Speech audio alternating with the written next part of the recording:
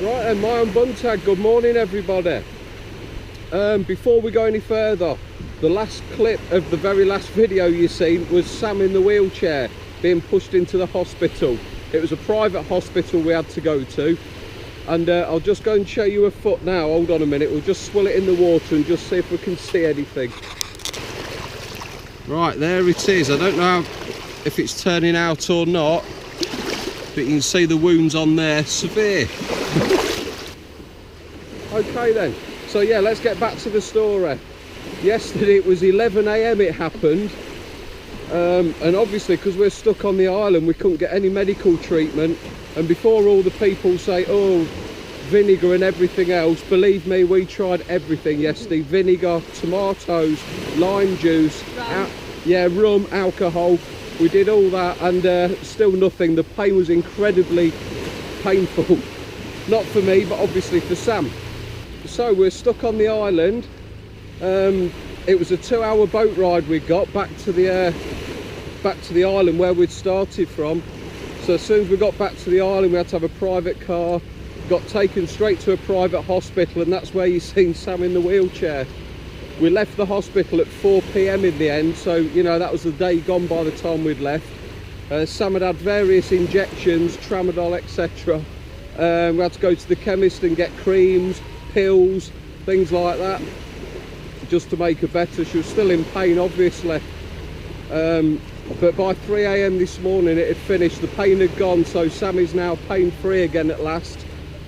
And as we said, we thought it was a jellyfish to start with, but all the locals said it was fire coral that did it rather than the jellyfish, because it's the same symptoms.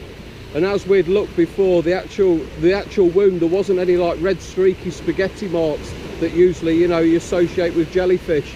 So the thing is, we think it is fire coral now anyway. So next topic, let's just have a quick pan round and show you. Hold up. We're at Panglao Beach in Bohol, and this is our last full day here today. So we're sort of just making the most of it.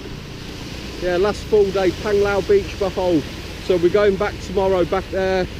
We've got to go to the bus terminal, and then it's a 3-hour bus ride back to the port, and then we're going to get the boat back to Leyte again for the second half of Sam's holiday. So we're nowhere near finished yet, but like the major trips are now, you know, a lot of them have finished. So we'll see what else we can do when we get back to the island. Yeah, we've got a few things lined up, but nothing, you know, as epic as we've already done. The Chocolate Hills, as you've seen what we did, that was just a bit of a fail, to be honest. It didn't live up to what we thought it was. We also went to see the Tarshia. I started doing a video on that ready to show you, but that was a fail as well. It was so dark there, they were so small, they were so far away, you couldn't really see anything, so we had to abandon that idea as well. So that video got scrubbed. And now the last thing that I want to talk about that made me and Sam smile, we're reading some of the comments on Oslob in Cebu, where we're at the whale shark, and we got comments saying you're so lucky to be here.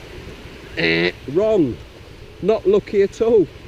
We didn't have some bloke knock on the door and said, look mate, you know, you've won a raffle ticket, it's an all-inclusive trip, stay in the Philippines as long as you want, we're paying. You know what I mean? It's none of that. So, you know, luck's not involved. I actually made a lot of sacrifices to come here, did a lot of overtime at work, stuff like that, you know. So it wasn't a free trip, and it wasn't an easy trip. So people who think I'm lucky being here, you're wrong, completely wrong. And the thing is, anyone can do this as well. You know, if you've got the will to really want to come here, you can do it. You know, don't just sit there complaining like, oh, it's cold and miserable at home, you're so lucky being there. Do something about it, not being rude like, you know what I mean? But anyone can do it. It's just whether you've got the willpower, you know, to save up, make certain sacrifices. You know, at the end of the day, it's up to you. It's not easy coming here and doing this, but if it's something you really want to do, you've got to do it. You know, so honestly, there's no luck involved. And I say I'm not being rude, but there really is no luck involved. It's just pure willpower, a lot of hard work and a lot of sacrifices. You know, I've got friends at home, family at home that I'm missing quite a lot, especially in the jungle when you're there on your own. I mean, Chris, Brit in the Philippines, he'll know this only too well. you know, he's on his own over here as well. He's got no family, because that's the other thing. I'm quite lucky. I've got like adopted family here, so at least I've got someone, you know, to look after me and that. But at the end of the day, I've still not got a wife and family here of my own to keep me company like most expats have. So it makes it, you know, living here slightly easier because they've got that family around them.